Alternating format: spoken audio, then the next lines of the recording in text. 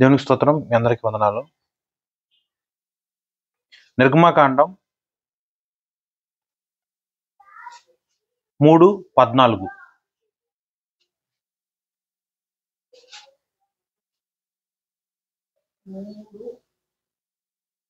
అందుకు దేవుడు, నేను ఉన్నవాడును అనువాడునై ఉన్నానని మోషేతో చెప్పెను.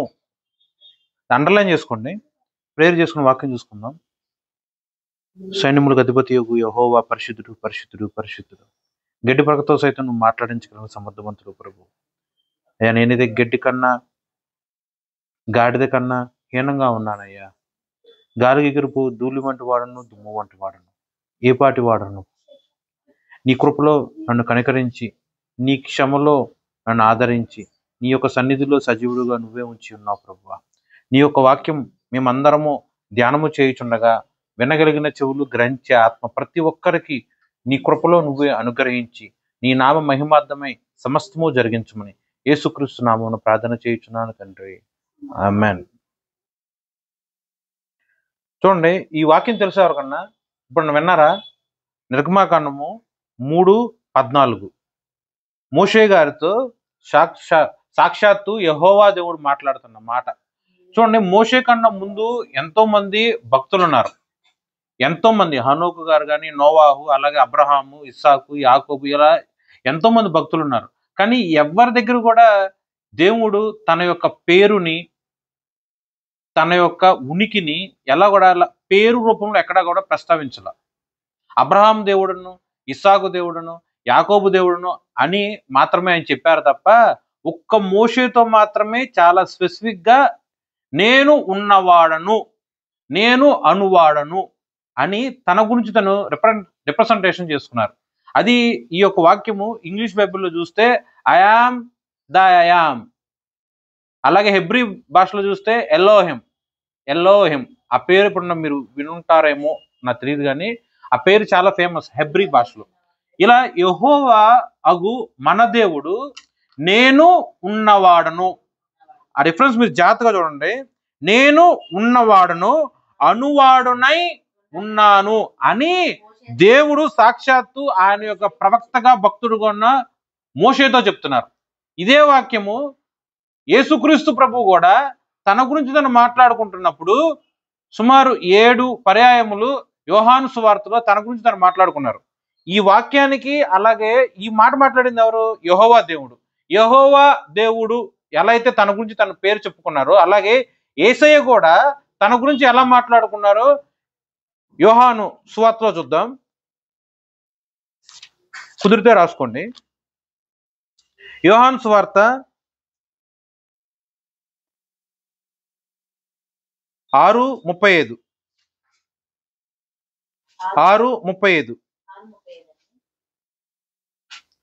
అందుకు యేసు వారితో ఇట్లనెను. చాలండి, చూడండి, జీవాహారము నేనే. అక్కడ నేనే అనేది పదం ఎంత చక్కగా ఉంటుంది చూడండి. నేను కూడా అని అర్థం ఉందా?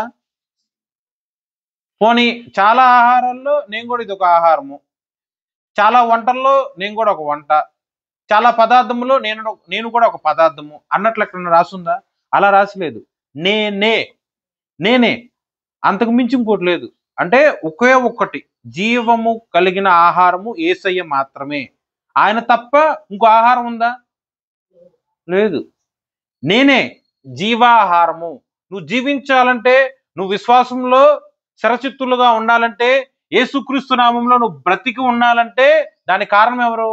నేనే అని తన గురించి తను చెప్పుకున్న యేసయ్య యందు నువ్వు విశ్వసించినట్లయితే అది నీ జీవితంలో ఎలా మారుతుందంటే, నువ్వు చనిపోయే స్థితి ఉన్నా సరే ఇహలోక సంబంధంలో నుంచి దేవుడు నిన్ను నిత్య జీవంలోనికి మారుస్తాడు. జీవ ఆహారము నేనే. ఇప్పుడు ఇవాళ తిన్నాం, మధ్యాహ్నానికి అరిగిపోతుంది, లేకపోతే మళ్ళీ ఆకలి అవుతుంది. ఎన్నిసార్లు తిన్నా ఆ సమయం వచ్చినప్పుడు మళ్ళీ ఆకలి అవుతుంది. కానీ ఏదో ఒక రోజు ఇలాగే మనం ఆయుష్ తీరే వరకు అదే ప్రక్రియ జరుగుతూనే ఉంటది కదా. కానీ యేసయ్యని కనుక కలిగి ఉంటే ఎప్పుడు కూడా ఆకలి వేయదు. యేసయ్యని కలిగి ఉంటే ఎప్పుడు కూడా దాహం వేయదు.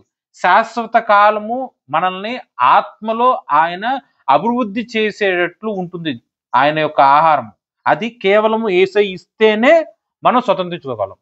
ఆయన దగ్గరికి వెళ్ళిన వారికి మాత్రమే, ఆయన యందు విశ్వాసం ఉంచిన వారికి మాత్రమే దేవుడు అది ఫ్రీగా ఉచితంగా ఇస్తాడు. ఓకే, నేనే జీవాహారము నేనే. రెండవది యోహాను సువార్త 8:12. ఇప్పుడు క్లుప్తంగా చెప్తాను, తర్వాత డీటెయిల్ గా చెప్తా. 8:12 చదవండి. యేసు నేను లోకమునకు వెలుగును, నన్ను వెంబడించువాడు చీకటిలో నడవక జీవపు వెలుగు కలిగి ఉంటునని వారితో చెప్పాను. చాలండి. ఇక్కడ యేసయ్య తన గురించి తను ఎలా మాట్లాడుకుంటున్నారు? వెలుగు. వెలుగు. వెలుగున్న చోట చీకటి ఉంటుందా? వెలుగున్న చోట నీడ ఉంటుందా? ట్రై చేశారు ఎప్పుడైనా? ఆ వెలుగు మన మీద ఉన్నప్పుడు నీడ ఉంటుందా? సైడ్ యాంగిల్స్ లో పెడితే మాత్రం షాడోస్ వస్తాయి, కానీ మన మీద ఉన్నప్పుడు నీడ షాడో వస్తుందా? రాదు. అలాగే ఇక్కడ వాక్యం ఎంత స్పష్టంగా చూడండి. దేవుడు తన గురించి తను చెప్పుకుంటున్నప్పుడు ఒక సందర్భంలోనేమో జీవ ఆహారము, ఇంకో సందర్భంలోనేమో వెలుగు. అది కూడా ఎలా చెప్తున్నారు? ఆయన ఒక్కడే వెలుగు. వెలుగు ఉన్నప్పుడు ఎక్కడా కూడా చీకటి ఉండదు. అంటే పాపము లేని జీవితము, పరిశుద్ధముగా, రహస్యము లేనిది, యథార్థముగా ఉన్నది, జీవము కలిగిన దేవుడి యొక్క ప్రవర్తనైన జీవితమైన వెలుగు. అలా వెలుగులోనికి నువ్వు తేబడి ఉన్నావా? నెక్స్ట్ మూడవది యోహాను సువార్త 10:7. కాబట్టి యేసు మరలా వారితో ఇట్లనెను, గొర్రెలు పోవు ద్వారమును నేనే. నేనే. చూడండి, నేనే గొర్రెలు పోవు ద్వారమును నేనే.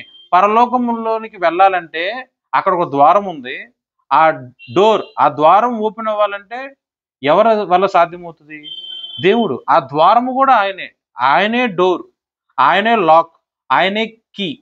అంటే తలుపు ఆయనే, తాళము ఆయనే, తాళం చెవి ఆయనే, మొత్తం ఆయనే. ఆయన గుండా వెళ్తే తప్ప ఆ యొక్క డోర్ ఓపెన్ అవ్వదు. ఆయన లేకుండా వెళ్తానికి ఏమన్నా సాధ్యం అవుతుందా? ఏం లేదు సాధ్యం. కానీ ఈ ప్రతి ఒక్క రిఫరెన్స్ మీరు చూసినట్లయితే ఎలా చెప్తున్నారు? ఆయన నేనే, ఒకటే మాట, నేనే. మల్టిపుల్ చాయిసెస్ లేవు, మల్టిపుల్ గాడ్స్ లేరు. అంటే ఎక్కడ సింగులర్ ఫామ్ మాత్రమే, అంటే ఏకవచనం, నేనే నేనే. మన దృష్టిలో, మన యొక్క ఆలోచనలో ఎన్ని రకాలన్నా వెళ్తాయి, ఫ్రీగా ఉంటాయి కదా. అంటే ఖాళీగా కూర్చున్నాం అనుకోండి, ఏ పని చేయకుండా రకరకాల ఆలోచనలు, ఇలా చేస్తాం, అలా చేద్దాం, ఇంకేదన్నా చేద్దాం అన్నట్టు రకరకాల ఆలోచనలు వస్తూ ఉంటాయి. మంచి ప్రకారం వస్తాయి, చెడు ప్రకారం కూడా వస్తాయి. కానీ ఇక్కడ దేవుడు యొక్క ఆలోచన ఎలా ఉంది? దేవుడు తన గురించి చెప్పుకున్నప్పుడు విశ్వాసులుగా ఉన్న మనల్ని బలపరచడానికి ఒకటే చెప్తున్నాడు, నేనే ఉన్నాను, నేనే అనువాడను, నేనే ఆహారము, నేనే వెలుగు, నేనే జీవము, నేనే గొర్రెల కాపరిని. ఆ కాపరి ఎంత గొప్పవాడు!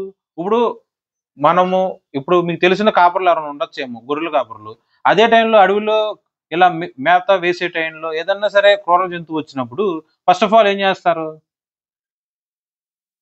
నేనున్నానండి, 10 మంది గొర్రెలను తీసుకుని వెళ్ళాను, అదే టైంలో పులో ఏదో ఎలుగుబంటి వచ్చింది, నేనేం చేస్తా? ఏదన్నా గొర్రెపిల్ల మీద దాడి చేసింది అనుకోండి, గొర్రెపిల్ల చచ్చింది, ముందు నేను బ్రతకాలి. ఓకే, సామాన్యంగా చెప్పాలంటే ఒక కష్టం వచ్చింది, ఇరుగు పొరుగు వారికి వచ్చినప్పుడు ఆ కష్టము గురించి మనకు తెలిస్తే ఒకలాగా బిహేవ్ చేస్తాం. అదే కష్టం మనం అనిపిస్తే, అదే బాధ మనకు సొంతగా అనిపిస్తే ఎలా రియాక్ట్ అవుతారు? పోనీ ఎదురోడు కంట్లో ఏదన్నా ధూళి పడింది, దానికి వాళ్ళు వచ్చి నీకు చెప్పుకుంటున్నారు, నీకు ఏమైనా అర్థమవుతుందా? అదే ధూళి నీ కంట్లో పడితేనే నీకు తెలుస్తుంది ఆ నొప్పి ఏంటో. కానీ ఇక్కడ యేసయ్య ఎలా చేశారు? సర్వసామాన్యంగా మనుషులు చేసేటట్టు ఎక్కడ ఆయన ప్రవర్తించలా. గొర్రెల కాపరుగా ఉన్న ఆయన గొర్రెల దొడ్డులోనికి ఏదైనా సరే క్రూరమైన జంతువు వచ్చి ఆ గొర్రెలను సంహరించే స్థితిలోకి వస్తే కనుక అప్పుడు దేవుడు ఏం చేస్తున్నాడు? తన ప్రాణాన్ని అడ్డం వేస్తానికి కూడా వెనుగాడకుండా ఆ గొర్రెల్ని ఆ యొక్క అపవాది చేతుల నుంచి సంరక్షించి మంచి సేఫ్టీ ప్లేస్ లో పెట్టారు. ఆయనకు మించిన కాపరు ఎక్కడన్నా ఉన్నారా? అది ఎలా చెప్పుకుంటున్నారు? నేనే నేనే గొర్రెలు పోవు ద్వారమును నేనే. నాకు ముందు వచ్చిన వారందరూ దొంగలు దోచుకుని వారై ఉన్నారు, గొర్రెలు వారి స్వరము వినలేదు, నేనే ద్వారమును. నా ద్వారా ఎవడైనా లోపల ప్రవేశించిన వాడు రక్షింపబడిన వాడై లోపలి పోవచ్చు, బయటికి వచ్చుచు మేత మేయుచు ఉండెను. ఓకే, నెక్స్ట్ యోహాను సువార్త 10:11. నేను గొర్రెలకు మంచి కాపరిని. మంచి కాపరి గొర్రెల కొరకు తన ప్రాణమును పెట్టును. చూడండి, నేను ఇక్కడ కూడా చూడండి, సింగులర్ ఫార్మే. నేను గొర్రెలకు మంచి కాపరిని. ఎంత మంచి కాపరి అంటే ప్రాణాన్ని సైతము లెక్క చేయకుండా నీకోసం తన ప్రాణం పెడతాడు. నీకోసం నీ తల్లిదండ్రులు ప్రాణం పెడతారా? భర్త ప్రాణం పెడతాడా? భార్య ప్రాణం పెడతాదా? వాళ్ళు నీ గర్భవాసాన్ని జన్మించిన నీ పిల్లలు వాళ్ళ యొక్క ప్రాణం నీ కోసం ఇస్తారా? ఎవరండి? ఎవరు? కేవలము యేసయ్య మాత్రమే. ఇప్పుడున్న తరాల్లో అయితే ఏకంగా టైం ఇవ్వడానికి కూడా అల్లాడిపోతారు. డబ్బులు దాకా ఎందుకులేండి, ముందు సమయం వెచ్చించడానికి కూడా అల్లాడిపోతారు. నోటి సాయం చేయటం కూడా అరుదు. అలాంటిది యేసయ్య ఎలా చేస్తున్నారు చూడండి. తన యొక్క రక్తము యొక్క చివరి బొట్టు వరకు కూడా నా కోసము నీ కోసము దారపోశారు. మంచి కాపరి తన యొక్క గొర్రెల కోసం తన యొక్క ప్రాణాన్ని పెట్టును. ఆయనే యేసుక్రీస్తు ప్రభు. అలాగే 5వది యోహాను సువార్త 11:25. 11:25. అందుకు యేసు పునరుత్థానమును జీవమును నేనే. చాలండి. పునరుద్ధానమును జీవమును నేనే. ఆ లైన్ చూడండి మళ్ళీ. నేనే నేనే నేనే పునరుద్ధానము. మరణము పాపములో మరణించిన ప్రతి ఒక్కరిని రక్షించేవాడు యేసుక్రీస్తు ప్రభు మాత్రమే. మృతి పొందిన వారిని తిరిగి సజీవులుగా చేర్చేవాడు యేసయ్య మాత్రమే. పాపంలో ఉన్న వాళ్ళని రక్షించేది యేసుక్రీస్తు మాత్రమే. నేనే, ఓన్లీ వన్ గాడ్. నేనే, జీవం ఆయనే, పునరుద్ధానము ఆయనే. అలాగే 6వది యోహాను సువార్త 14:6.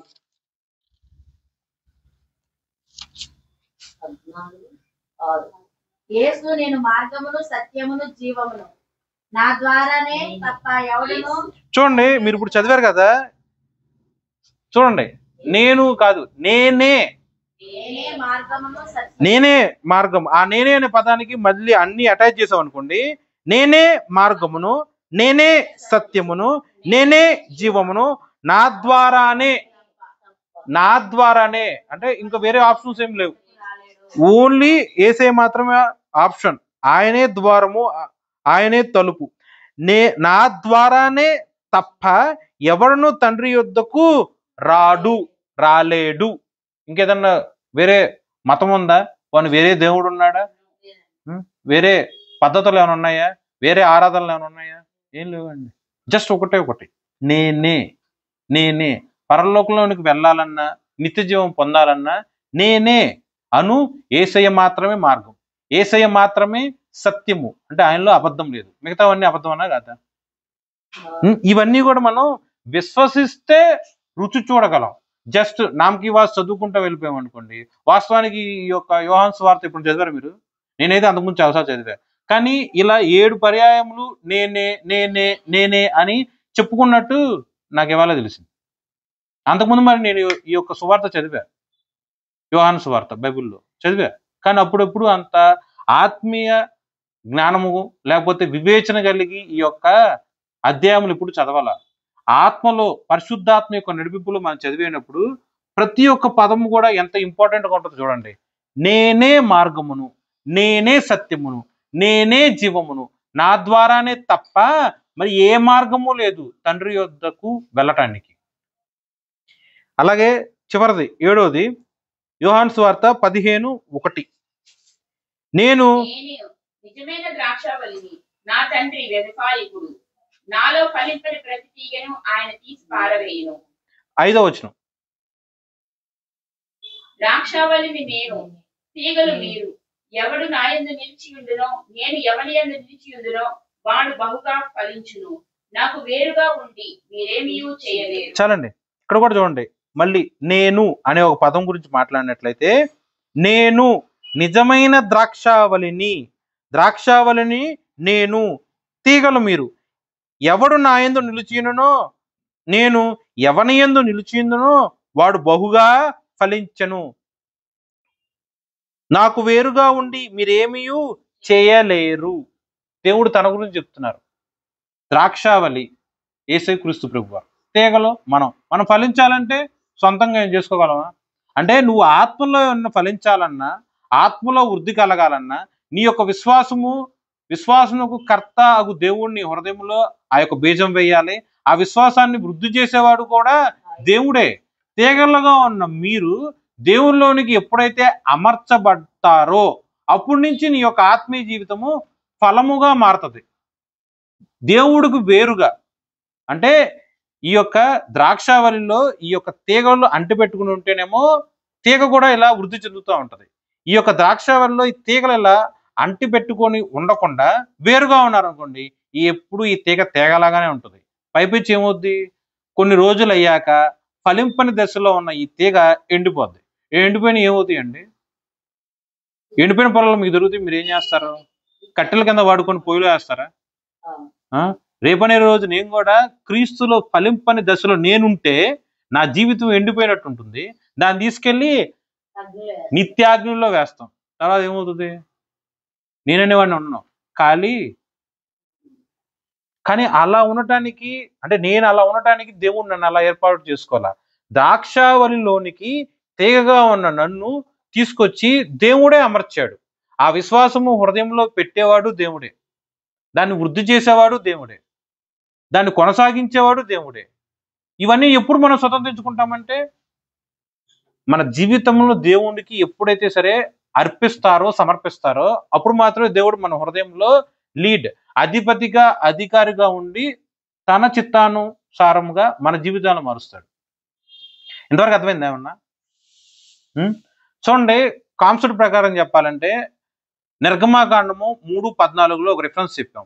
నేను ఉన్నవాడను అనువాడనై ఉన్నాను. ఆ నేను అనే ఒక పదము ఎలా దేవుడు తన యొక్క ఉనికి, తన యొక్క పేరు చెప్పుకుంటున్నారో, ఆ పాత నిబంధన గ్రంథంలో యెహోవా అగు మన దేవుడి గురించి ఎలా అయితే పేరు చెప్పారో ఆ పేరుకి రిలేటెడ్గా అనుసంబంధంగా యోహాను సువార్తలో 7 పర్యాయములు యేసుక్రీస్తు ప్రభు వారు తన గురించి తను మాట్లాడుకుంటున్నారు. ఇప్పుడు చెప్పిన ఈ యొక్క 7 పర్యాయంలో కూడా ఒక మనిషి ఎక్కడా కూడా మాట్లాడలా, సాక్షాత్తు దేవుడే మాట్లాడుతున్నాడు. యేసు ఎలా చెప్పాను ఉందా లేదా? అందుకు యేసు ఇట్లా, నేనే ద్రాక్షావళి, నేనే మార్గము, నేనే జీవము, నేనే సత్యము, నేనే జీవాహారము, నేనే లోకమునకు వెలుగై ఉన్నాను, నేనే పునరుద్ధానము, నేనే తాళము చెవి, నేనే నిత్య జీవము, నేనే మరణముకైనను జీవముకైనను అధిపతిగా ఉన్నాను. ఆయన జీవాధిపతిగా ఉన్నాడు కాబట్టి చనిపోయిన లాజరును తిరిగి బ్రతికించగలిగిన శక్తి ఆయనలో ఉంది. 3 రోజులు అయిపోయింది, 4 రోజులు అయిపోయింది, శవం కుళ్ళిపోద్ది, బయటికి తీస్తే మనం అందరం కూడా ఫౌల్ స్మెల్లో ఉంటాము అని చుట్టుపక్కల ఉన్న వాళ్ళు, ఈవెన్ లాజరు యొక్క తోడబుట్టినలుగా ఉన్న ఆ యొక్క మరియ సైతం మాట్లాడినా సరే దేవుడు ఏమన్నాడు? పేరు పెట్టి పిలిచాడు. చనిపోయిన శవం సరే తిరిగి జీవం పొందుకొని ప్రత్యక్షత కలిగి మన ముందు నిలబడి ఉన్నది. ఇలాంటి ఉపమానములైనా సరే, సాక్ష్యములైనా సరే, ఇలా ఈ యొక్క సువార్తలో చెప్పేటప్పుడు వాడే పదము, చెప్పే మాట ఎంత కాన్ఫిడెంట్ గా, విశ్వాసం మన హృదయంలో వృద్ధి కలగటానికి ఆ యొక్క వాక్యాలు లిఖింప చేసి ఉన్నాయో జాగ్రత్తగా ఆలోచించు. అర్థమైంది ఏం చెబుతున్నాను? ఒక కథలాగా ఏదో అలా ఆలాపనగా చదువుకుంటాం కాదు. ఏ పదం వాడి దేవుడు తన యొక్క పేరు చెప్పుకుంటున్నారు చూడండి. నేనే నేనే నేనే. మనం ఆరాధించే దేవుడు అంత శక్తి కలిగిన దేవుడు, బలము కలిగిన దేవుడు. ఆయన వంటి వాడు ఎవడనూ లేడు అనే ఒక గొప్పదనములు ఇలా 7 పర్యాయములు మీకు చూపించున్నాం. దాంట్లో ఫస్ట్ దాంట్లోకి వద్దాం. యోహాను సువార్త 6:35 ఫస్ట్ది. ఏమన్నా అర్థమైందా? కంటిన్యూ చేయొచ్చా? అర్థమైందండి? Any doubts? ఓకే, యోహాను సువార్త 6:35.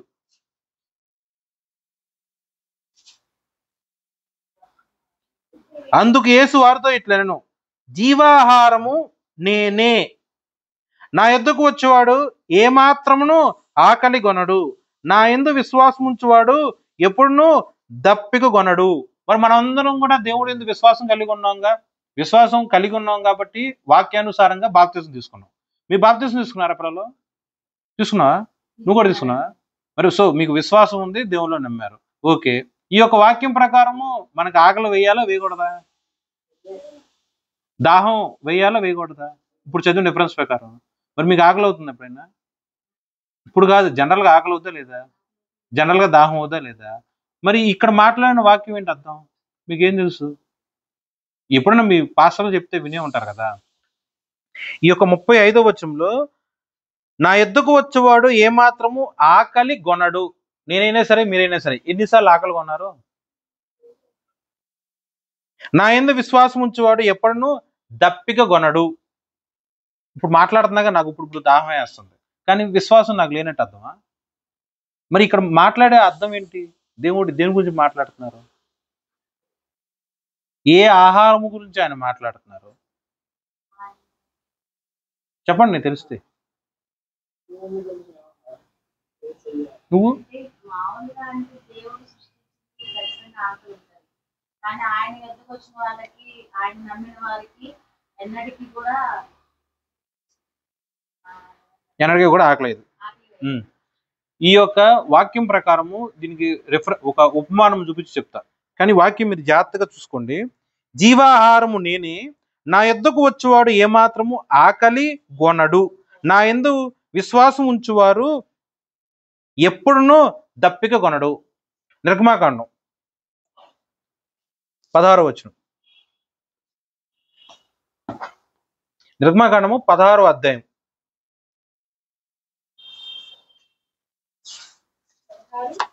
తీసారండి? నేను తీయలేదు.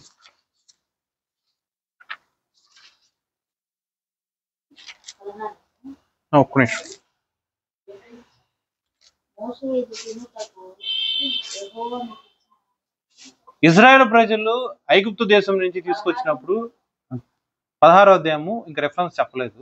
ఇజ్రాయెల్ ప్రజలు దేవుడి యొక్క కృపలో మోషే గారి ద్వారా ఐగుప్తు దేశం నుంచి కానాన్ దేశానికి వెళ్తారు. ఆన్ ద వే వెళ్ళేటప్పుడు అరణ్యంలో సుమారు 40 సంవత్సరాలు ఉంటారు. రైట్? 40 సంవత్సరాల పాటు వాళ్ళ ఆహారం ఏంటి? అడుగు వండుకునేదమ్మన్నా. ఒక పూట ఒక రోజులో మనం ఎన్నిసార్లు తింటాం? మామూలుగా అయితే 3 సార్లు తినొచ్చు, ఇంకా స్తోమత ఉంటే ఇంక ఎక్కువ సార్లు కూడా తింటాం. 3 సార్లు లేకపోతే ఎక్కువ సార్లు. ఓకే, ఎవరు అరుగుదల శక్తి పెట్టి అట్లా. కానీ 40 సంవత్సరాల పాటు, సంవత్సరం కూడా కాదు, ఒక్క రోజులో ఒక్క పూట తినకపోతేనే అల్లాడిపోతాం.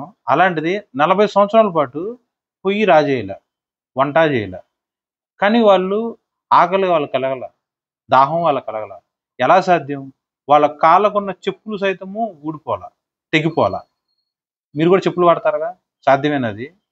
వాళ్ళ ఒంటి మీద ఉన్న బట్టలు, ఇప్పుడు ఇక్కడ నిలబడి మాట్లాడుతున్నాం, నాకు చెమట వస్తుంది, కానీ వాళ్ళు 40 years పాటు వాళ్ళ బట్టలు కూడా మాసిపోలా. ఎలా సాధ్యం? సో మన యొక్క డైలీ నీడ్స్ దేవుడు తీర్చలేడా? 40 సంవత్సరాల పాటు ఇజ్రాయెల్ ప్రజలు, అందులోనూ ఆ ఇజ్రాయెల్ ప్రజల్లో ఉన్న ఆ యొక్క లక్షల మంది అందరూ విశ్వాసంలోనే ఉన్నారా? కొందరు మాత్రమే ఉన్నారా? ఇప్పుడు ఇజ్రాయెల్ ప్రజలు ఐగుప్తు దేశం నుంచి వచ్చినప్పుడు ఎన్ని లక్షల మంది? వాళ్ళని గుర్తా మీకు? ఎన్ని లక్షల మంది? More than 20 lakhs. కానీ ఇక్కడ కనాన్ దేశంలోకి వెళ్ళిన వాళ్ళు మాత్రం ఎంతమంది? 10 మంది వెళ్ళారా? వచ్చిన వాళ్ళందరూ వెళ్ళారా? ఇద్దరు అనుకుంటా. కాలేబు, యెహోషువ ఇద్దరు. లక్షల మంది ఎక్కడ? కేవలం ఇద్దరు ఎక్కడ? మరి మిగతా వాళ్ళందరూ ఏమైపోయారు? సో ఇక్కడ నువ్వు ఆలోచించాల్సింది ఏంటంటే, కాలేబు, యెహోషువ వాళ్ళిద్దరు మాత్రమే వెళ్తారు, మిగతా వాళ్ళందరూ అరణ్యంలో ఉండిపోతారు, కొంతమంది చచ్చిపోతారు. ఓకే, చెప్పండి.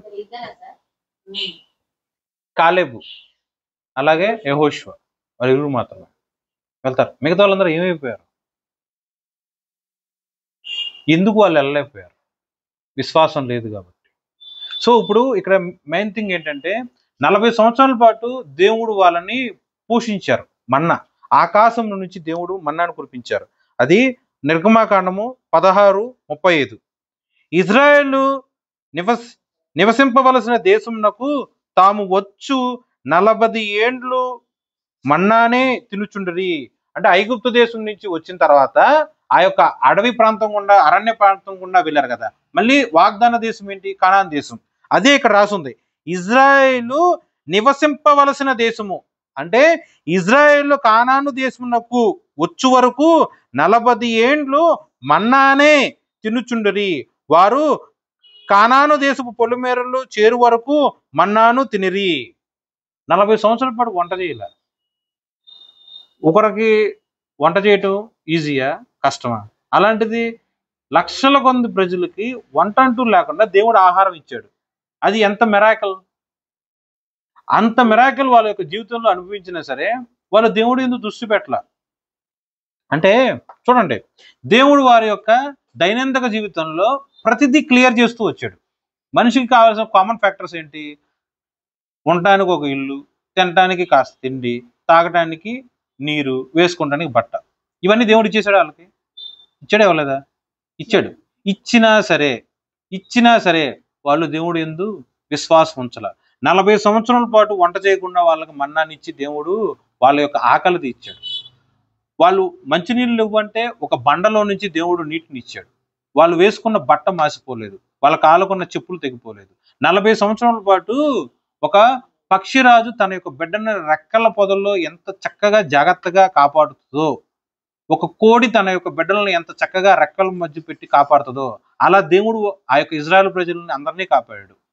ఎండ పడకుండా, అంటే పగటి ఎండ దెబ్బైనా రాత్రి దెబ్బైనా సరే ఏదీ తగలకుండా మేఘంగా కాచి దేవుడు ఆ బిడ్డలందరినీ కాపాడాడు కదా. కానీ ఆ యొక్క ఇజ్రాయెల్ ప్రజలు దేవుడి పట్ల ఎంత రోతగా ప్రవర్తించారంటే, సంఖ్యాకాండము 11వ అధ్యాయం, సంఖ్యాకాండము 11వ అధ్యాయం మొట్టమొదటి వచనం, జనులు ఆయాసమును గురించి సనుగుచుండగా, అది అండర్లైన్ చేసుకోండి. ఏం చేశారండి? దేవుడు నీ యొక్క ప్రతి అవసరము తీరుస్తూనే ఉన్నాడు. నీకు ఆకలి వేస్తుందా? దేవుడు నీకు ఆహారమై ఉన్నాడు. నువ్వు దప్పిక కొని ఉన్నావా? దేవుడు నీకు ద్రవ్యముగా ఉన్నాడు, నీకు బట్టగా ఉన్నాడు, నీకు ప్రతి ఒక్క అవసరం దేవుడు నీకు తీరుస్తూనే ఉన్నాడు. అన్ని అవసరములు, అన్ని మేలులు, అన్ని ఆశీర్వాదాలు రుచి చూసిన ఆ యొక్క ఇజ్రాయేల్ ప్రజలు మాంసాహారం కోసం కకృతిపడి సైన్యములకు అధిపతియగు యెహోవాగు దేవుడి మీద సనుగుకొన్నారు.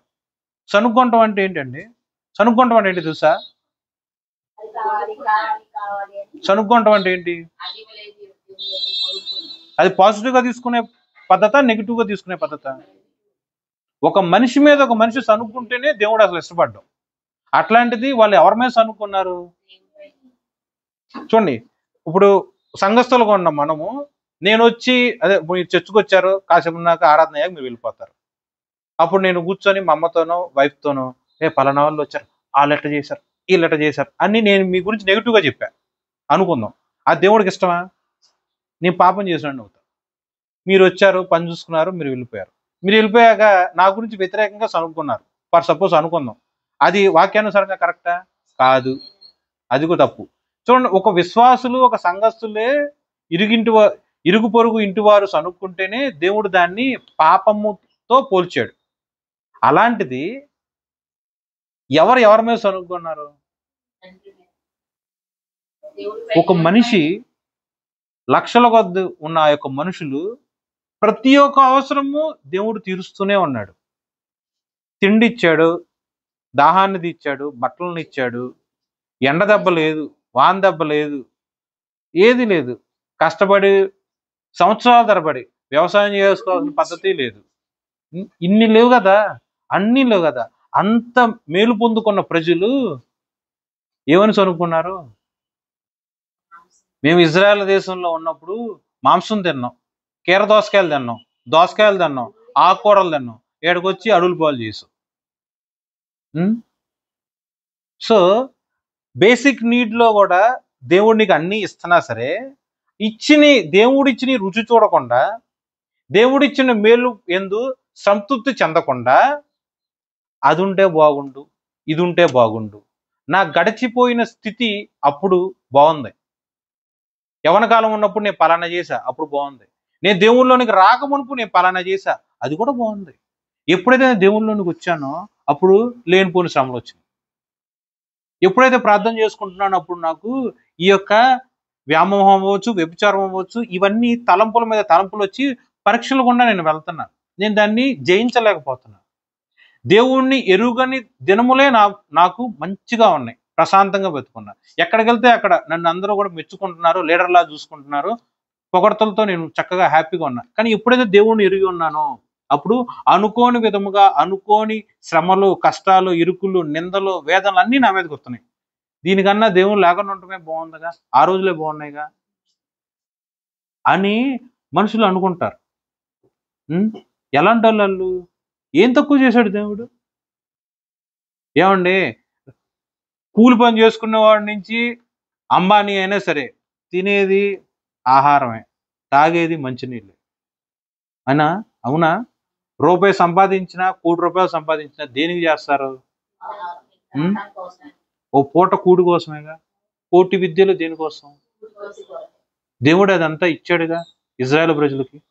ఎన్ని సంవత్సరాలు ఇచ్చాడు? 40 సంవత్సరాలు ఇచ్చాడు.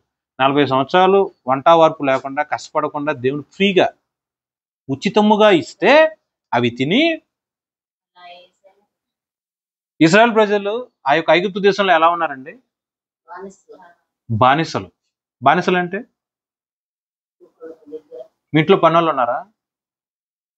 అంటులు తోమేవాళ్ళు, సరే. జస్ట్ బానిసత్వం ఎలా ఉంటది? కూర్చోమంటే కూర్చుంటాం, నుంచోమంటే నుంచుంటాం, అంత మాత్రమేనా? కాదు. గడ్డే వల, మట్టి వల, కానీ ఇటుకరాలు చేయాలి. కష్టమా కాదా? ఎండ్ ఆఫ్ ద డే వచ్చేసరికి మీరు 100 ఇటుకరాలు చేయండి. కష్టమా కాదా? ఎండ వచ్చినా, వాన వచ్చినా, చలి వచ్చినా ఇటుకరాలు చేయండి. ఎత్తు అంటే బరువును మోసి ఇక్కడున్నాయి అక్కడ చేర్చండి. లిమిటెడ్ ఫుడ్ ఇవ్వటం. ఈ పని చేస్తే ఈ జీతం ఇవ్వటం, దానికి మించి నీకు ఎవరు. నాకు జ్వరం వచ్చింది నేను చేయను అనడానికి లేదు. అలా వాళ్ళు 430 సంవత్సరాల పాటు బానిసత్వంలో బతికారు ఇజ్రాయెల్ ప్రజలు. 430 సంవత్సరాల పాటు కుక్కుని పేనులాగా బానిసత్వంలో బతికిన వాళ్ళని దేవుడు వాళ్ళకి ఫ్రీడమ్, యేసుక్రీస్తు నామంలో, యెహోవా నామంలో రక్షణ అను ఒక ఫ్రీడమ్ ఇచ్చి, పాపం నుంచి విముక్తి ఇచ్చినట్టు బానిసత్వం నుంచి విముక్తి చేసి ఐగుప్తు దేశం నుంచి కానాను దేశానికి వెళ్ళే ఆ యొక్క 40 సంవత్సరాల ప్రయాణంలో ఆహారము, జీవాహారముగా ఉన్న దేవుడు వాళ్ళని పోషించారు. అయినా సరే దేవుడు ఎందుకు సనుక్కున్నారు? ఏం తక్కువ చేశారని జీవము కలిగిన దేవుడు ఆ యొక్క ఇజ్రాయెల్ ప్రజల పట్ల ఏం తక్కువ చేశారని, ఏం కొదువు చేశాడని చెప్పి ఆ యొక్క ప్రజలు సనుక్కున్నారు. నేను లేనప్పుడు మీరు నా గురించి సనుక్కుంటే నాకు వినపడుతుందా? కానీ ఇక్కడ దేవుడికి వినపడుతుంది. దేవుడు ఎంత గొప్ప దేవుడు, ఎంత శక్తి కలిగిన దేవుడు. జనులు ఆయాసమును గురించి సనుగుకొనుచుండగా అది యెహోవాకు వినబడెను. దేవుడు ఆకాశమునందు సింహాసన ఆసీనుడుగా ఉన్నాడు. భూమి మీద ఉన్న యొక్క మనుషులు ఒకరిలో ఒకరు కూడా కాదు, మనసులో సనుక్కుంటున్నారు, హృదయంలో సనుక్కుంటున్నారు. అలా చేసాం, ఇలా చేసాం, ఒకప్పుడు అలా ఉండేవాళ్ళం, దేవుణ్ణి ఎరుగక మునిపే నేను ఎలా ఉన్నాను అని చెప్పి దేవుడు యందు సనుగుకున్నప్పుడు దేవుడికి ఆ మాట ప్రతిదీ కూడా వినపడెను. యెహోవా దాన్ని విన్నప్పుడు ఆయన కోపము రగులు కొనెను. యెహోవా అగ్ని వారిలో రగులుకొని ఆ పాలెములో నొకనికొకను దహింపసాగెను. జనులు మోషేకు మొరపెట్టగా మోషే యెహోవాను వేడుకొనినప్పుడు ఆ అగ్ని చల్లారెను. యెహోవా అగ్ని వారిలో రగులు కొనినందున ఆ చోటికి తబేరా అను పేరు పెట్టబడెను. వారి మధ్యనున్న మిశ్రిత జనము మాంసాపాక్షము అధికముగా కనుపరచగా ఇజ్రాయేలును మరలా ఏడ్చి, ఇదంతా అండర్లైన్ చేసుకోండి 5వ వచనంలో, మాకెవరు మాంసం పెట్టెదరు?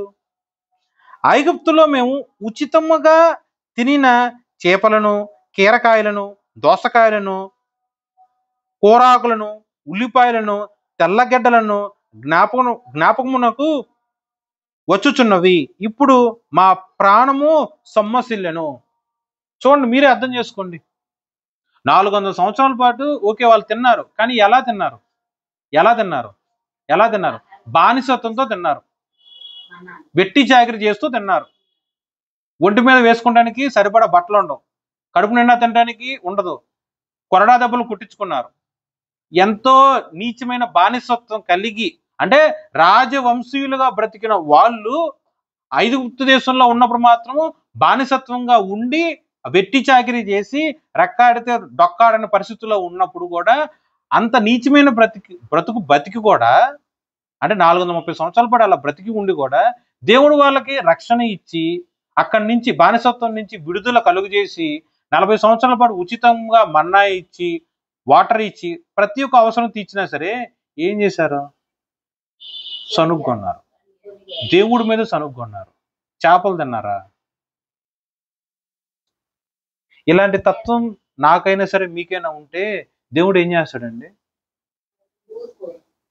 యెహోవా అంటే పాత నిబంధన కాలంలో అయితే మాత్రము యెహోవా యొక్క వాక్యం ప్రకారము అగ్ని రాజేసి అందరిని తగలబెట్టేశారు. కానీ దేవుడు ఇక్కడ అలా చేయలే. యేసుక్రీస్తు ప్రభు కృపామయుడు. ఆ సిచ్యువేషన్ లో నాబోటాడు అలా ఆలోచించినట్లయితే దేవుడు ఇంకో ఛాన్స్ ఇస్తాడు. నేను కనుక దేవుడి వైపు సనుక్కుంటే దేవుడు వాక్యం రూపంలో నాకు ఒక అవకాశం ఇస్తాడు. అప్పుడైనా సరే హృదయం మార్చుకోవలసి ఉన్నది. దేవుడి యొక్క వాక్యము మన హృదయంలో బయలుపరిచి మరి నువ్వు ఇలా ఉన్నావు, ఇలా ఉంటే కరెక్ట్ కదా, అంటే నువ్వు సనుక్కుంటున్నావు దేవుడి వైపు, నువ్వు కంపేర్ చేసుకుంటున్నావు. లోకంలో ఉన్నప్పుడు నువ్వు ఎలా ఉన్నావు, దేవుళ్ళలో ఉన్నప్పుడు నువ్వు ఎలా ఉన్నావు, కలిగి ఉన్నప్పుడు ఎలా ఉన్నావు, కలిగి లేనప్పుడు నువ్వు ఎలా ఉన్నావు అని ప్రతిదీ నువ్వు కంపేర్ చేసుకుంటున్నావు మంచిదే. కానీ ఆ కంపారిజన్ ఎలా ఉండాలి? అన్నిటికన్నా కూడా క్రీస్తును కలిగి ఉండటమే గొప్ప అని మాత్రమే నీ యొక్క ఆత్మీయ స్థితి ఉండాలి. అలా క్రీస్తుని ప్రయారిటీ ఇవ్వకుండా గత జీవితంలో చేసిన సుఖభోగములు, ఆస్తిపాస్తులు అవే నాకు బెస్ట్గా ఉన్నాయి అని తీర్మానం తీసుకున్నావు అనుకోండి, అగ్ని నీ మీదకు వచ్చి ఏదో ఒక రోజు ఏం చేస్తుందండి? దహించి వేస్తుంది. అలాంటి స్థితిలోగా దేవుడు మనం పిలుచుకున్నాడు. అలాంటి స్థితులకి మనం అప్పచెప్పకుండా ఉండటానికే ముందుగా పశ్చాత్తాపడి దేవుడి దగ్గర వేడుకోవాలి. ఇక్కడ వీళ్ళందరికీ ఇలా ఇబ్బంది పడుతున్నారు. అగ్ని రాజేయబడి అందరూ కూడా తగలబడిపోతున్నారు. మోషే దగ్గరికి వచ్చి మొరపెట్టారా? మళ్ళీ మోషే ఏం చేశాడు? దేవుడికి మొరపెట్టాడా? దేవుడికి క్షమాపణ ఇచ్చాడా? అలాగే దేవుడు ఇంకో అవకాశం కూడా ఇచ్చాడు. ఇలా కంటిన్యూగా కొద్ది సంవత్సరాల పాటు జరుగుతూ ఉన్నాయి. తర్వాత యెహోషువ కాలం వచ్చింది. అది కూడా చూడండి ఒకసారి.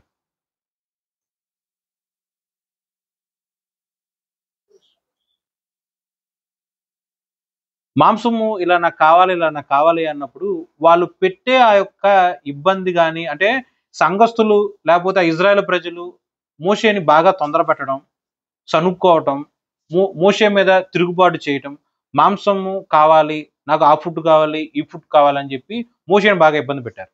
వాళ్ళు పెట్టే ఆ యొక్క మెంటల్ టార్చర్, నోటి మాట వల్ల వచ్చిన ఆ యొక్క ఇబ్బంది, ఈవెన్ గొప్ప లీడర్గా ఉన్న మోషే సైతము తాళలేక దేవుడి దగ్గరికి వెళ్ళి ప్రార్థన చేస్తాడు. ఇందుకా ఇలాంటి ప్రజలు నాకు ఇచ్చు, నన్ను చంపే, నన్ను నీ దగ్గర తీసుకు, నా వల్ల కాదు, నేను బేర్ చేయలేను అని సాక్షాత్తు ఎవరు మాట్లాడుతున్నారు? ఒక ప్రవక్త. అంటే ఆ యొక్క మెంటల్ ప్రెషర్ కానీ, ఆ యొక్క నోటి వల్ల, అంటే నోటి మాట వల్ల వచ్చిన ఇబ్బంది కానీ మోషే ఎంత బాధపడి ఉంటాడో ఆలోచన చేయండి. చూడండి, ఇదంతా వాక్యంలోనే ఉంటుంది. 12వ వచనం, సంఖ్యాకాండము 11వ అధ్యాయము 12వ వచనంలో మోషే మాట్లాడుతున్నాడు. నేనే ఈ సర్వజనమును గర్భంలో ధరించితినా, నేనే వీరిని కంటినా, పాలిచ్చి పెంచుడు తండ్రి పసిపిల్లను మోయినట్లు నేను వీరిని తండ్రులకు ప్రమాణపూర్వకంగా ఇచ్చిన దేశమునకు వీరిని నీ రొమ్మున ఎత్తుకొని పొమ్మని నాతో చెప్పుచున్నావు. ఈ సమస్త ప్రజలకు ఇచ్చుటకు మాంసము నాకెక్కడది? వారు నన్ను చూచి ఏడ్చుచు తినుటకు మాకు మాంసం ఇవ్వమని అడుగుచున్నారు. ఈ సమస్త ప్రజలను ఒంటిగా నా వలన కాదు, అది నేను భరింపలేని భారము. నీవు నాకిట్లు చేయదలిచిన ఎడల నన్ను చంపుము, నా మీద నీ కటాక్షము వచ్చిన ఎడల నేను నా బాధను చూడకున్నట్లు నన్ను చంపుము.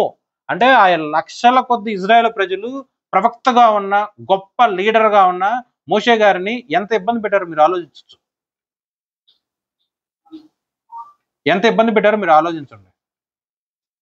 సాక్షాత్తు దేవుడితోనే, ఒక ఫ్రెండ్తో మాట్లాడుకోవట్లా, దేవుడితోనే మాట్లాడుతున్నాడు. నన్ను చంపేసేవయ్యా, నా వల్ల కావట్లా. సో ఏ పరిస్థితులు గుండైనా సరే మనం వెళ్ళినప్పుడు మన మీద చుట్టుపక్కల వాళ్ళు ఎటువంటి నోటితో మన మీద దాడి చేసినా, చెయ్యని తప్పుకి దోషిగా మన మీద నిర్ధారణకు వచ్చిన, అబద్ధపు సాక్ష్యం పలికిన, ప్రపంచమంతా కూడా మన మీద వ్యతిరేకత కలిగి ఇలా వచ్చినప్పుడు కూడా ఇలా అడగకూడదు.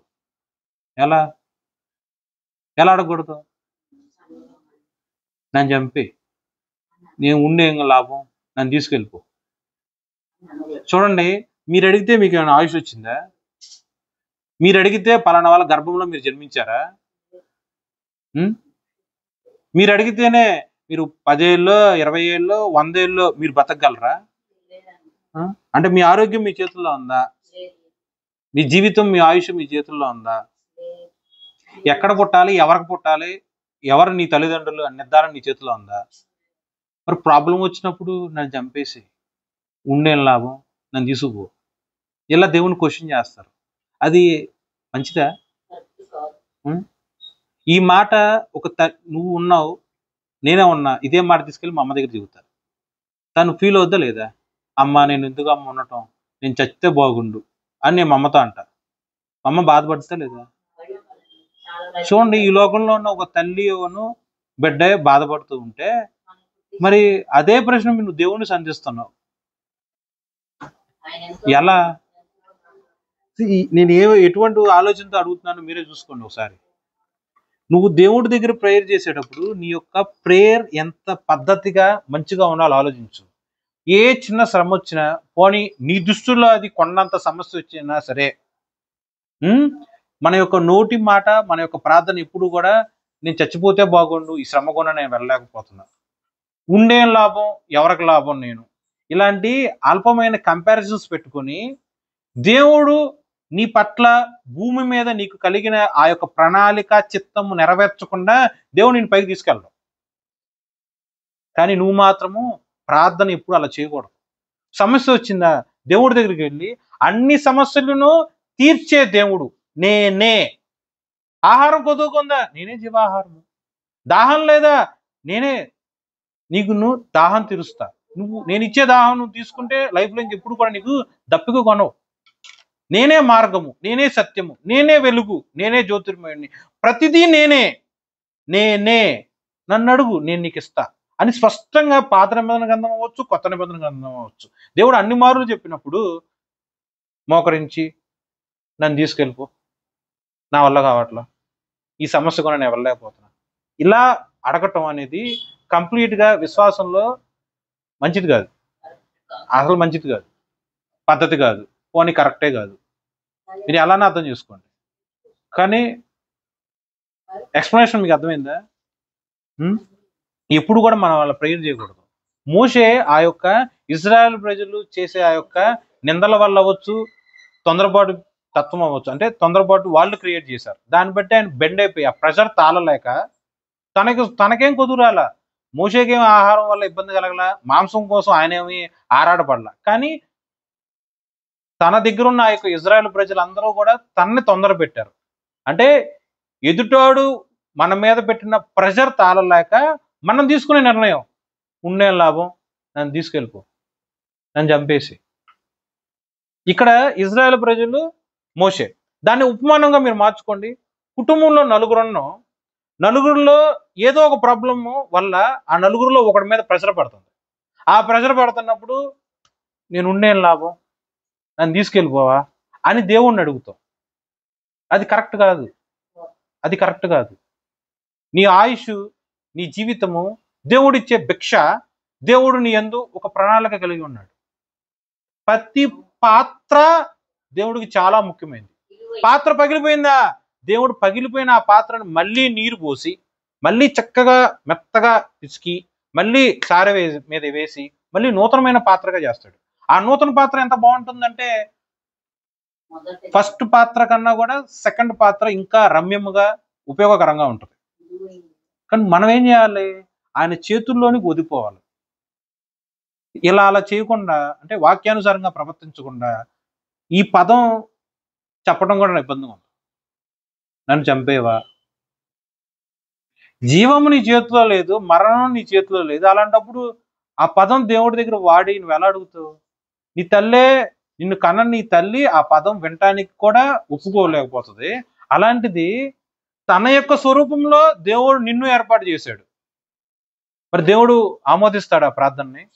హట్ అవడా? హట్ అవుతాడా? బెటర్ అలా ఇప్పుడు కూడా మనం ప్రేయర్ చేయకూడదు. మోషే అలా చెప్పాడు, అయ్యా నా వల్ల అట్లా ఎంతమంది లక్షలను నేను బేర్ చేయలేకపోతున్నాను ఇంతమంది ప్రజల్ని. మోషే అన్నాడు కాబట్టి దేవుడు అప్పుడు చిన్న ఉపమానం ఇస్తాడు, చిన్న సలహా ఇస్తాడు. ఓ పని చేద్దాం, ఇక్కడ ఇజ్రాయెల్ ప్రజల్లో 70 మందిని తీసుకురా పెద్దల్ని, నీతో పాటు ఈ యొక్క ఇజ్రాయెల్ ప్రజల యొక్క భారాన్ని ఆ 70 మంది ప్రజల మీద కూడా వేద్దాం. అంటే అధిపతులుగా అధికారులుగా ఆ 70 మందిని కూడా ఏర్పాటు చేద్దాం. ఇప్పుడు దేవుడికి లేదండి ఆలోచన. మోషే దేవుడితో చెప్పినప్పుడు అవునులే ఒక్కడో ఈ లక్షల మందిని మెయింటైన్ చేయలేకపోతున్నాడు, నడిపింపలేకపోతున్నాడు అని మోషే వరి అయిపోతున్నాడు, పైపెచ్చి చచ్చిపోతానని కూడా అంటున్నాడు. ఎందుకులే అతన్ని ఇబ్బంది పెట్టడం అని చెప్పి దేవుడు మోషేకి తోడుగా ఒక 70 మందిని పిలుస్తాడు.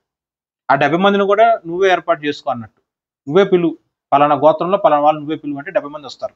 70 మందికి కూడా దేవుడు ఇలా ప్రత్యక్షపు గుడారం దగ్గరికి పిలిపిస్తారు దేవుడు. మోషే అలాగే 70 మంది. దేవుడు యొక్క ఆత్మ మోషే మీద పడినప్పుడు ఆ ఆత్మ పాలు ఈ 70 మంది మీద కూడా పడుతుంది.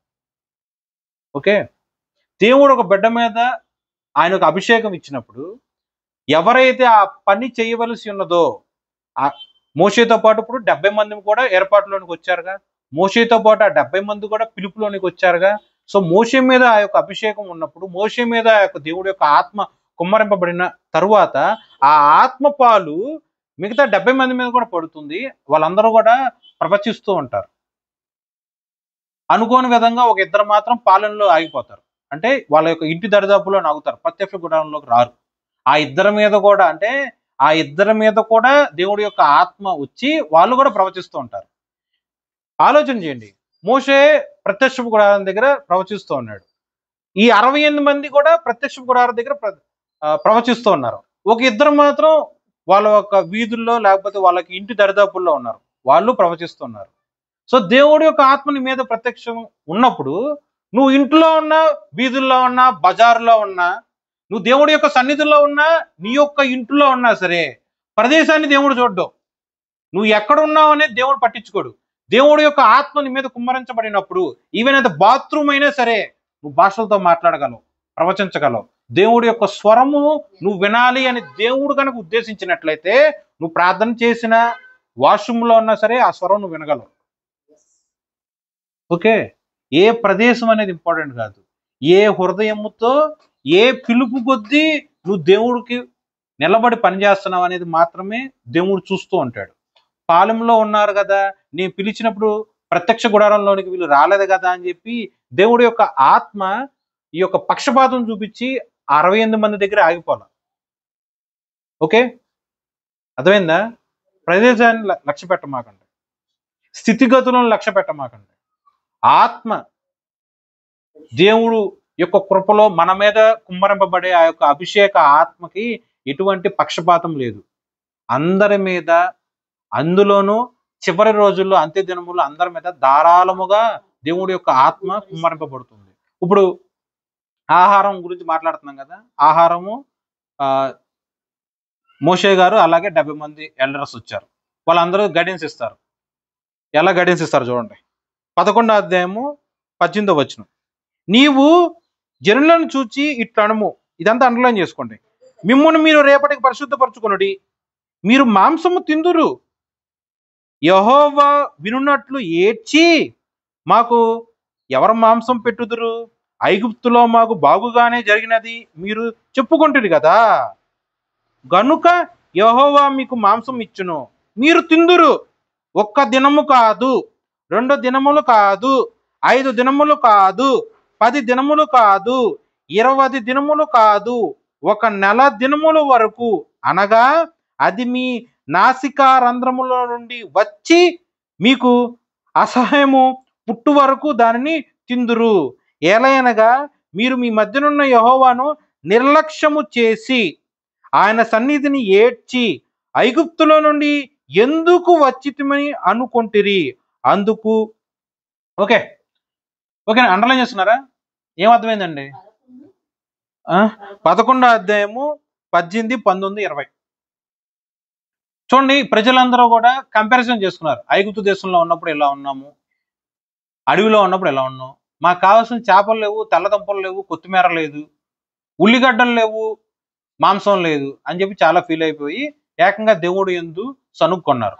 ఆ సనుక్కొనటం కూడా దేవుడు విని అగ్ని రాజేయటం. మోషే ప్రార్థన చేసిన తర్వాత దేవుడు క్షమాపణ ఇచ్చి మిమ్మల్ని మీరు పరిశుద్ధపరచుకోండి, నేను మీకు మాంసం ఇస్తా. ఎందుకు ఇస్తాను తెలుసా? మీరు ఏడ్చారుగా. ఆ 18వ అధ్యాయం మీరు జాగ్రత్తగా చదవండి. మీరు ఏడ్చి నాకు మొరపెట్టారుగా. పైపెచ్చు ఇక్కడ కన్నా ఐగుప్తు దేశంలోనే బాగుంది అని మీరు అనుకున్నారుగా. బాగుగా ఉన్నాము మేము. ఒక ప్రదేశంలో బాగుగా ఉన్నామంటే ఈ ప్రదేశంలో బాగుగా లేవనే అర్థం. ఐగుప్తు దేశంలో మేము బాగుగా ఉన్నాము అంటే దాని అర్థం అరణ్యంలో మేము బాగుగా లేము అనే అర్థం. బాగుగా ఉన్నామని మీరే చెబుతున్నారు కదా. సో నేను నీకు ఇస్తా. నువ్వు ఒక పూట అడిగావు, నేను ఒక రోజు ఇవ్వాల, 2 రోజులు ఇవ్వను, ఏకంగా 1 మంత్ ఇస్తా. 1 మంత్ నచ్చిన కొద్ది తినండి, ఎంత కావాలంటే అంత తినండి. ఆఖరికి ఎంత తింటారంటే నీ ముక్కులో నీ నోటి పళ్ళ గ్యాప్లో కూడా మాంసం ఇరుక్కుపోయి అసహ్యం కూడా వచ్చి ఇంకా నాకు వద్దులే అన్నట్టు విరక్తి వచ్చేటట్టు కూడా నేను నీకు మాంసం ఇస్తా అని చెప్పి దేవుడు అన్నాడు. ఇచ్చారు. ఇచ్చిన తర్వాత ఏం జరిగింది? తిన్నారు. తిన్న తర్వాత కొంతమంది చచ్చిపోయారా లేదా? చచ్చిపోయారు. ఓకే, ఇది మీకు తెలుసా తెలియదా? ఈ విషయం తెలియదా? పోనీ ఇప్పుడు చెబుతున్నా, అర్థమైందిగా? ఇంతవరకు అర్థమైందా? ఇప్పుడు వాళ్ళు చచ్చిపోయారు. ఓకేనా? చూద్దాం, అది కూడా వాక్యంలో చూపిస్తాడు.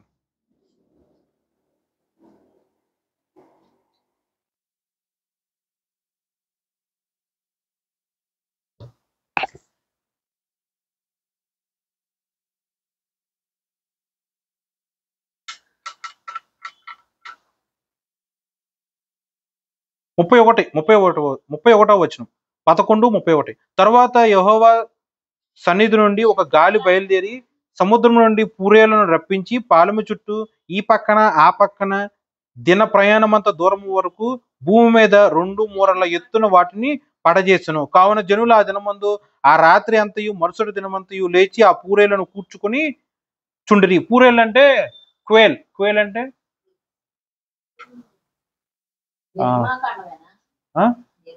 సంఖ్యాకాండం 11:31. నిర్గమాకాండంలో కూడా రెఫరెన్స్. ఇప్పుడు నేను చెప్పేది అండి సంఖ్యాకాండం 11:31.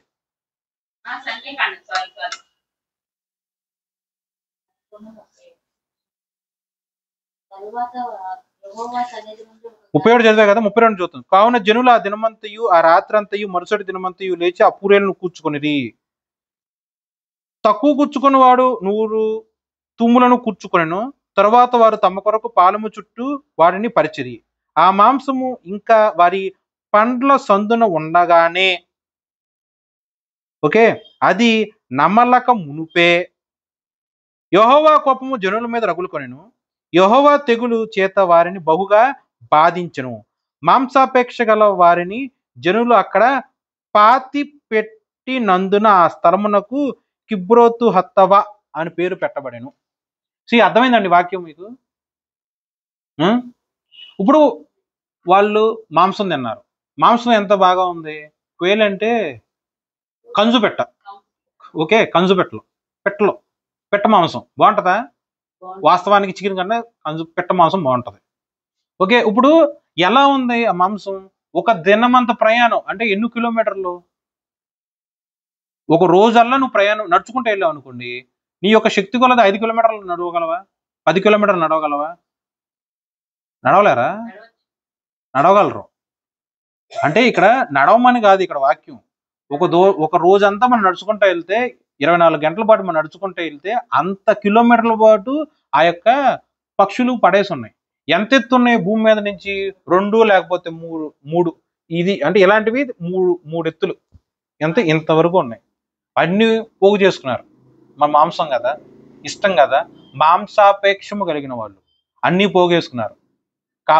కొంతమంది అయితే ఏకంగా 100 కిలోలు, కొంతమంది అయితే 50 కిలోలు అన్ని తీసుకుని ఇంటికి తెచ్చుకున్నారు, వండుకున్నారు, తిన్నారు. ఎలా తిన్నారు? ఇంకా నోట్లో పెట్టుకొని తినే ఆ యొక్క క్రమంలో కొంతమంది ఈవెన్ నవ్వలక మునుపే పంటి గ్యాప్ లో ఉన్నప్పుడే ఎవరైతే అలా మాంసాపేక్షము కలిగి తిన్నారో వాళ్ళందరి మీద కూడా దేవుడి యొక్క కోపము రగులుకొని తెగులు వచ్చి వాళ్ళందరూ బహుగా బాధింపబడి చచ్చిపోయారు. చచ్చిపోయిన తర్వాత మిగతా అంటే మాంసాపేక్షం లేని మిగతా ఇజ్రాయెల్ ప్రజలు కూడా చచ్చిపోయిన అందరూ తీసుకొచ్చి పలానా ప్రదేశంలో పాతేశారు. ఇది బైబిల్లో మీకు కనిపించింది. విత్ రిఫరెన్స్ చూపించామా? ఇప్పుడు మీరు ఆలోచన చేయండి, వాళ్ళ యొక్క చావుకి కారణం ఏంటి? మాంసం ఉమ్. పిండి విషయంలో నచ్చింది. మరణాన్ని కురిపిస్తే వాళ్ళు ఏం చేశారంటే మాకు మాంసం ఇక్కడ వాళ్ళు దేనికోసం ప్రార్థన చేశారు? మాంసం కోసం. ఎలా ప్రార్థన చేశారు? సనుగుకొని ప్రార్థన చేశారు. ఎలా ప్రార్థన చేశారు? దేవుడి యొక్క చిత్తాన్ని వ్యతిరేకించి ప్రార్థన చేశారు. ఎలా ప్రార్థన చేశారు? దేవుడు ఇచ్చిన ఆ యొక్క మన్నాని తృణీకరించి, బానిసత్వంలోనే మాకు బాగుగా ఉంది, ఐగుప్తు దేశంలోనే మాకు బాగుగా ఉంది, మా మీద ఒక ఫరో లాంటి అధిపతి ఉన్నప్పుడు మాకు ఇన్ని సకలమైన ఫుడ్ ఐటమ్స్ మాకు ఉన్నాయి, ఇవన్నీ కూడా కంపారిజన్ చేసుకొని వాళ్ళు ప్రవర్తించారు. ఆ ఏడుపు వాక్యానికి వ్యతిరేకంగా ఉంది. ప్రార్థన అయితే చేశారు, కోరికలు అయితే మస్తున్నాయి, కానీ అవన్నీ చివరికి ఎలా దారితీసింది? మరణానికి. దేవుడు వచ్చి మరణాన్ని ఇచ్చాడా? నీ కోరికలు, నీ ఆశలు వాక్యానికి వ్యతిరేకంగా ఉందనుకో, రేపటి రోజు అది నీకే మరణంగా మారుతుంది. ఈరోజు మాంసం ఏముంది? కేజీ చికెన్ కొనుక్కొని తినొచ్చు, కానీ అది మాంసాపేక్షగా మారిపోయి వాక్యాన్ని వ్యతిరేకించేటట్టు ఉంటే జస్ట్ ఫుడ్డే, ఈరోజు తింటాం, కాసేపు నాకు అరిగిత్తి బహిర్భూమిలో విసర్జిస్తాం, కానీ అదే నీకు చావుగా మార్చబడుతుంది. అక్కడ ఆహారం బదులు ఏదన్నా పెట్టుకో, ఓకే, దాహం బదులు లిక్కర్ పెట్టుకుందాం. మందుకి బాగా ప్రియుడిగా మారిపోయి దేవుణ్ణి వ్యతిరేకరించి తాగుబోతుగా మారాం. అప్పుడు ఏమవుద్ది? ఒకనొక రోజు ఆ తాగుడే నీకు చావు కొని పెడుతుంది. ఇప్పుడు ఆహారం బదులు అక్కడ వ్యభిచారం పెట్టుకోవచ్చు, లవ్ అఫైర్స్ పెట్టుకోవచ్చు, శరీర కోరికలను తీర్చుకునే నీచమైన బుద్ధి పెట్టుకోవచ్చు. అవన్నీ కూడా వాక్యాన్ని వ్యతిరేకించి ఆ దేహంలో ఉన్న ఆ యొక్క నీచమైనవి జరిగించుకుంటూ వెళ్తున్నారు. చూస్తున్నాడు దేవుడు. ఏదో ఒక రోజు అగ్ని రాజేసినట్టు బట్టబయలు చేస్తాడు, చచ్చిపోదు. ఇంకా ఏదన్నా సరే ఈ యొక్క వాక్యం మీరు చదివినప్పుడు కేవలం మాంసాపేక్షం కాకుండా ఏదైనా సరే వాక్యానికి లేదా దేవుడి యొక్క చిత్తానికి వ్యతిరేకంగా ఉన్న ఏ అలవాటైనా సరే అక్కడ పెట్టుకోండి. ఏదో ఒక రోజు ఆ అలవాటే నీ చావు కారణం. ఏదో ఒక రోజు నీకున్న నీచమైన అలవాటే నిన్ను మరణానికి అప్పచెప్తుంది. దేవుడు కాదు. నీ పతనానికి, నీ విశ్వాసం లేమికి, నీ యొక్క అల్పమైన పాపబుద్ధికి దేవుడు కాదు కారణం. మాంసాపేక్షం కలిగి ఉన్న దేవుడు చెప్పాడా? దేవుడు నేను పస్తునుంచాడా? ఏం చేయలే. కుటిలమైన బుద్ధి, సనుగుకునే బుద్ధి, ఎదుటోని చూసి అసూయ కలిగే బుద్ధి, మనకు కలిగిన స్థితిలో సంతృప్తి లేకుండా ఎదుటోడితో ఉన్నాడుతో ఇంకా పెద్దవాళ్ళతో కంపేర్ చేసుకొని సంతృప్తి కలిగి వాళ్ళకుంద నాకు లేదు అన్న ఒక ఈర్ష, అది ద్వేషం, అది కోపంగా మారిపోయి రేపనే రోజు ఒక రోజు అవ్వచ్చు, ఒక నెల అవ్వచ్చు, ఒక సంవత్సరం అవ్వచ్చు, చివరికి అది నీ మీద ఎలా వస్తుందండి? ఒక అగ్నిగా, ఒక మరణంలాగా నీ మీదకి వచ్చి నిన్ను దహించేస్తుంది. అది మంచిదా అండి? సో నీ కోరికలు, నీ తలంపులు ఎలా ఉండాలి? వాక్యానుసారంగానే ఉండాలి. దైవ చిత్తానుసారంగానే దేవుణ్ణి అడగాలి. దేవుడు ఏది ఇచ్చినా ద బెస్ట్ ఇస్తాడు. లోపం లేదు దేవుడి యొక్క చేతి పనిలో, లోపం లేదు దేవుడిచ్చే ఆశీర్వాదంలో.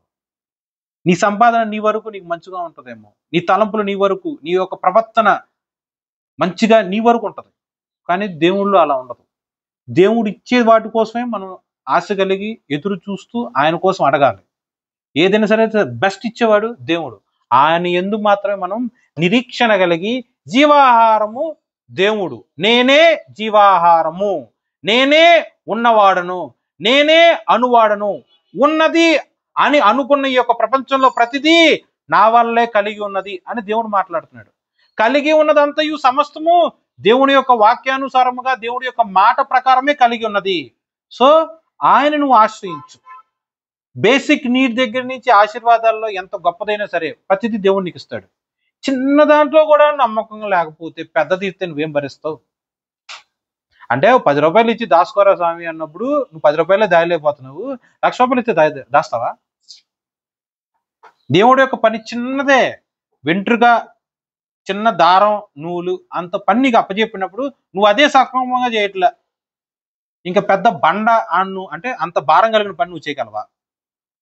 నువ్వు లీడర్ లాగా ఉండు అని దేవుడు నీకు ఒకే ఒక వ్యక్తిని ఇచ్చాడు. నువ్వు ఒక్కరినే దేవుళ్ళలో నడిపింపలేకపోతున్నావు. నువ్వు వందల కొద్ది వేల కొద్ది దేవుళ్ళలో నడిపిస్తావా? సో ఏదైనా సరే దేవుడు నీకు ఇచ్చినప్పుడు చిన్న దాంతోనే మొదలు పెడతాడు. మీరు వినటానికి చాలా తేలిగ్గా ఉండొచ్చు. ఎలా అంటే ఆహారము చాలా చిన్న కాన్సెప్టే, అవునా కదా? ఆహారం లేకపోతే ఏమవుద్ది, పస్తులు ఉంటాం, నెక్స్ట్ రోజు పని చేసుకుని తినొచ్చు అని అనుకుంటానికి కూడా ఆస్కారం ఉంటుంది. కానీ ఆ ఆపేక్ష, దురాశతో కూడిన అపేక్ష, అది భోజనం అవ్వచ్చు, పానం అవ్వచ్చు, వ్యభిచారం అవ్వచ్చు, దొంగతనం అవ్వచ్చు, నరహత్య అవ్వచ్చు, ఆశ, దురాశ అవ్వచ్చు, చివరికి ఎలా చేస్తుందంటే నీ పతనానికి, నీ మరణానికి అదే కారణమవుతుంది. కాబట్టి అలా ప్రవర్తించకూడదు. దేవుడు ఈ వాక్యాన్ని ఆశీర్వదించి మన హృదయాల్లో ఫలించజేయునుగాక. ఆమెన్.